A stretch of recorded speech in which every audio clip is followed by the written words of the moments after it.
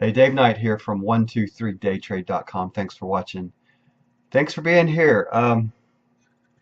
Today was November 7th, 2017, Tuesday, election day here in the States.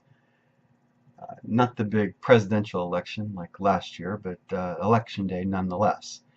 I am off pretty soon to go vote a guy out that I don't want in for a supervisor position, and vote the person that hopefully will overtake him and get into the township supervisor role. And here in the state of Pennsylvania, we have townships is what they call it. We're a commonwealth is the good. So when you think about Pennsylvania, it's called Commonwealth of Pennsylvania, and then you have what we call counties, which you probably have counties.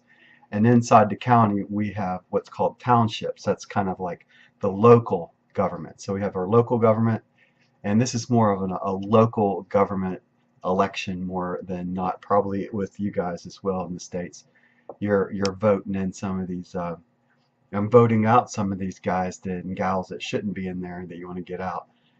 Because these are the ones that, come and knock on your door and actually can change certain areas. And then to top it off, we're trying to save the library, but the library has a millage. It says save the library, so yeah, obviously you want to say check mark that, but there's a millage increase of 1% to do it too. So that's not going to pass. They're going to have to find another way to find funding.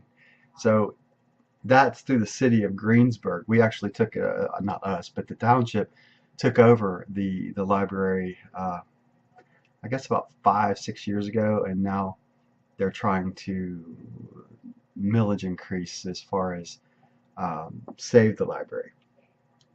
What did I done today? I was in some trades. Last couple of days have been. Yesterday was an awesome long day to be long. Today looked like the market was going to go tanking down. At least it did go down as far as 61.8%. Yesterday, it hit all kinds of targets on the way up. So I wish those kind of long days would happen more often. I was pretty much on the sidelines most of the last couple of days, to be honest, and trying to rework my trading strategy and what I want to do, what I don't want to do, what's working right now, what's not working. That's kind of where I am with what's going on. Tomorrow is inventory day. Comes out at 10:30 a.m. Eastern time or 9:30 a.m. Central Standard Time. So I'll be trading the strategy that works the best for me tomorrow. That's about it. That's really, I don't have a lot to talk about today. It's just been I wished I'd have caught yesterday's long. I mean, that was worth about $1 and change on the way up, basically $1,000 on the way up there. So that just goes to show you that the market can offer some good trading opportunities now. And as it reflects out, the ADR has increased up to 1.39. So it's getting back up to that 1.5 area that I'd like to see it above. So we're closing in on it. Today was kind of a grinding session. I kind of thought it might grind in and out today if it didn't break early. Obviously, favoring being a short today is how I approach the markets. And yesterday, I wish I would have seen the long a lot earlier than when I did see it. So I wrote down on my board up here. What I wrote is, I'll just read what I wrote on my board. It says, if I can see fake outs and down moves, then how do I train myself to see them in the up moves? So today was like a beautiful setup. Every time, the problem is that it would, I don't know if you paid attention to crude oil, but it would go down and then come right back up. Then it would come down a little bit lower, then it came right back up. It was insane in the membrane as far as the trading. that happened up through say 10:30, 11:30 a.m. in that area, and I just kind of set aside after that. Said enough's enough. It looked like it was going to break, and oh my goodness, it looked like it was going down to at least the pivot. I had a target of around, I think I had a 56.45. I was really looking for around 56.12 on the down move, and it just stopped. I mean, it stopped before pivot today a couple times. It went lower by a couple ticks and just stopped on a dime.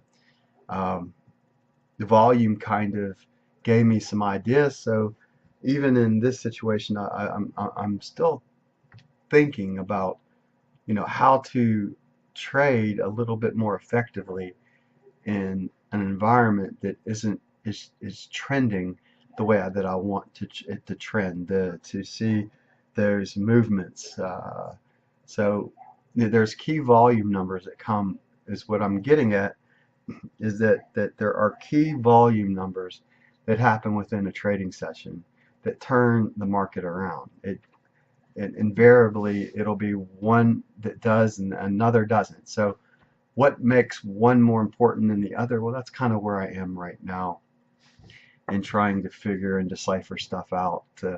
For instance, there was a nice red bar that the market went down and through it for a while. There was a nice blue bar out, and it stopped and went the other direction. So what makes one stop the market? What makes the other I understand the blue stopping the up movement, but sometimes the reds, you'll see it further down. But yesterday saw blues high volumes kicking into on the blue side, and it just kept driving through it. So sometimes it's just simply running stops, and other times it's people actually physically putting trades on, and it stops the market. And you gotta ask yourself, why does the market stop? Well, on the way up, there are no more buyers, and the sellers outnumber the buyers, therefore the market comes down. And on the other side, obviously, when the market's heading down, why doesn't it go down any further? Well, there are more buyers than there are sellers at that level, and therefore the market starts to go up. So deciphering that, buy low, sell high, right? So deciphering that information out is where the key to your day trading success will lie. So that's kind of what I'm working on in the background. I've got some ideas that I put up here on inside my book.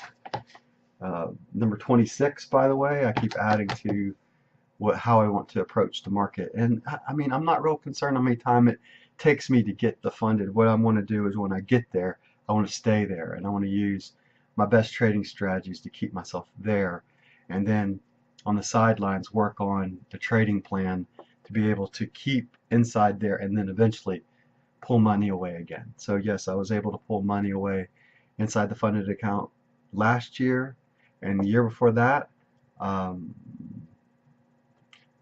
2018 is probably where I'm looking at right now to be funded at this point with what's left of this year. I might be able to make it this year, but I don't know if there'll be enough time as far as day count to start this year, or just push it off to 2018 and start then once I get to funded. But obviously I got to pass FTP right now here at Top Step Trader. So that's about it. Let's just leave it here, a less than 10-minute video. And I hope you're having a good week as well. I'm doing okay. Not as good as I want to be doing, but I'm doing okay. I'm surviving. Live to fight another day, as the saying goes. All right. God bless. Take care. I'll see you in the next video I put together. Bye for now.